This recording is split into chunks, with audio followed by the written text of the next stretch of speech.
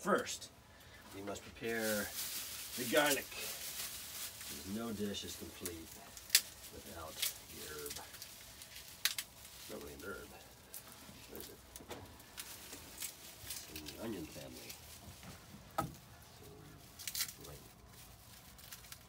Big O heads of garlic. That's the way Mary likes it, big heads. That's all I'm going to say about that.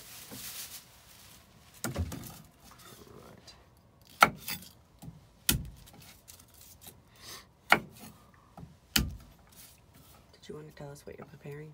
I am preparing black-eyed peas because, you know, that's just what I kind of want to eat. I am like a razorback, let's say, that eats legumes, a lot of them. Just the way I roll. Tell us about your kitchen. The kitchen is very simple. We got this alcohol flame. You can do it inside because it burns clean. Okay. Yeah, it gets hot. Not too hot. It doesn't get too hot because you can't boil with alcohol flame, but you can certainly cook.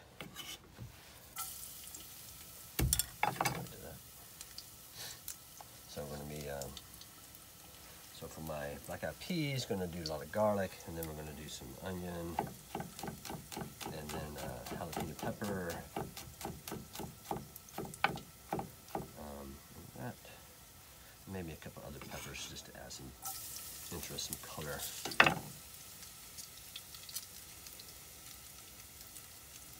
And that will be that. And do you have any sort of special requirements as far as if other boaters wanted to cook the same meal? What kind of things might they need? Well, first, you need to have the right guest over. You've got to be motivated by who you're cooking for. Very important. Look at that, it's already browning.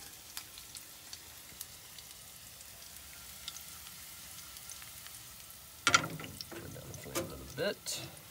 Let me get my onion. Now the question is, where did my onion go? Because I had one already cut. You know, I'm on a boat, so things can't go too far.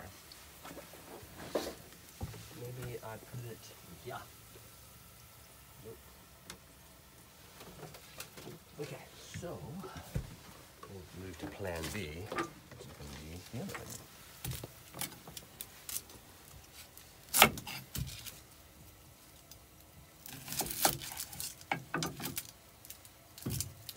So you need a cutting board, basic utensils, and a knife. This does not need any sort of specific chef equipment. You do not need to have any sort of high level of cooking expertise. Definitely not in my case. A interesting bean-rich meal. Oh yeah, very healthy, I have to say. And what motivates you to eat healthy? What motivates me to eat? Well, I guess it's the fact that I'm trained to be a physician. That's what I tell my patients, and so I say this every day, so I try to live it as well. Alright, so now the onions have been diced.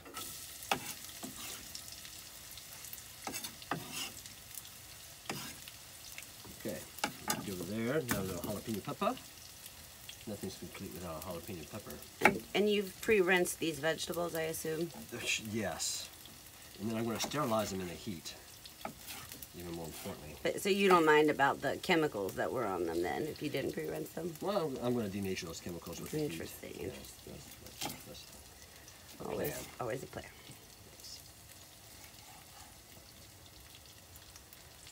Is this when my eyes are going to start to burn? They, most likely.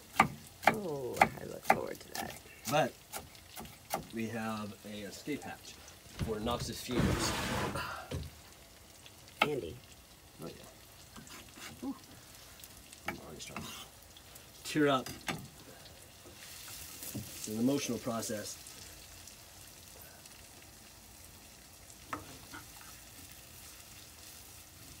Woo!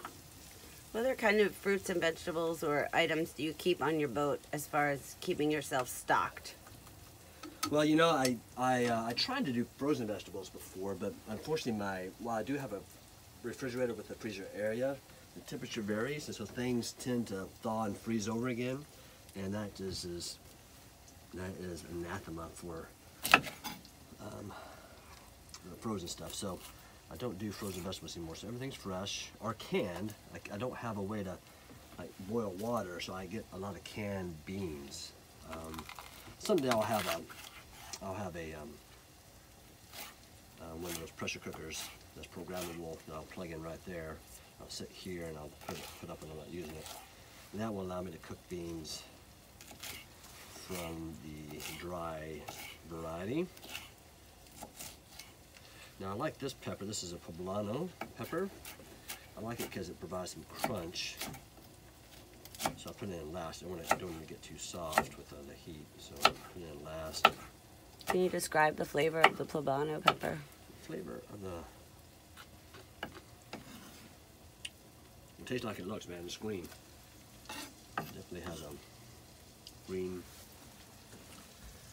acid, kind of a sharp flavor in there as well. Use the whole thing.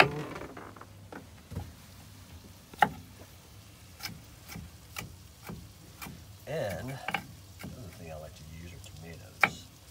Everything's better with tomatoes. Not your typical vegetable, I think, for beans, but Or like January. Or January. But these are from a greenhouse from northern Mary. Why don't you tell the audience where these tomatoes came from? Oh, they came from Hummingbird Farm on the eastern shore of Maryland. There you go. They're very pretty. Audience. Mary will not be showing the audience herself. this morning. She's just a disembodied voice. That's all she is. Ooh, that would be cool.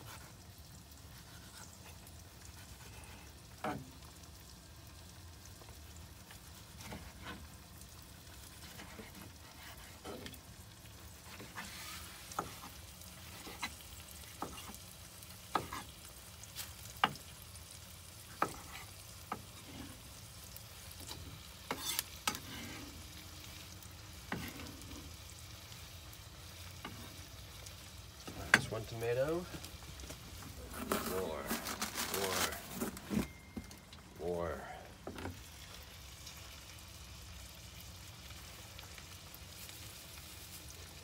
Some things you just can't have too much of. One of those things you can't have too much of is heat, as in the habanero variety. One thing you can't have too much of. Tomatoes. Oh, nice shot. That was planned.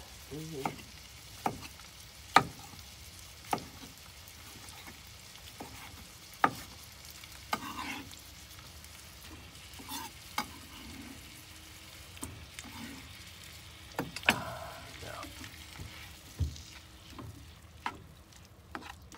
let that heat up a little bit, and then we'll add the black-eyed peas, which I'm told in many parts of the world they use for cattle and swine.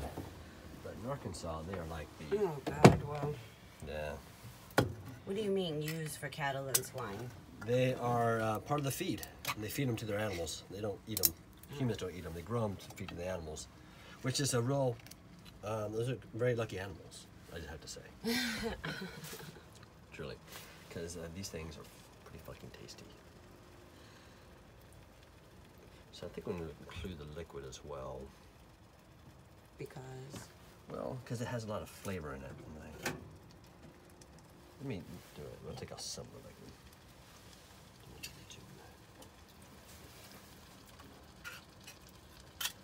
What about the flavor?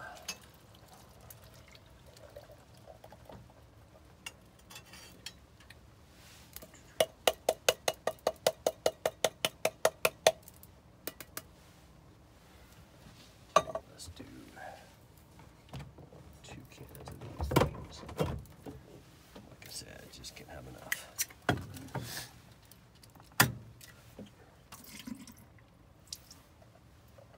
What are some of the benefits to legumes? Well, for one thing, they're not like candy corn, and so there's always this idea that part of the value of healthy food is that it replaces unhealthy food. That's one thing. Number two is that the glycemic index is low, so it doesn't raise your sugar too high too quickly. Another thing is that there's fiber, and so it's good for digestive health, and also your cholesterol as well. And then number three maybe, some protein as well. And then as far as the vitamin profile of legumes, I'm not as up on that. I'll have to look that up, so I can do that. But I do tell my patients that you want to maximize color in your food, because color corresponds with vitamins, and so that's why I often will have a lot of colorful vegetables to use to add variety to whatever I'm making. So that's it. So I'm going to let that heat for a little while and close the hatch. And then we'll have a taste test later. Thank you so much. You're so welcome.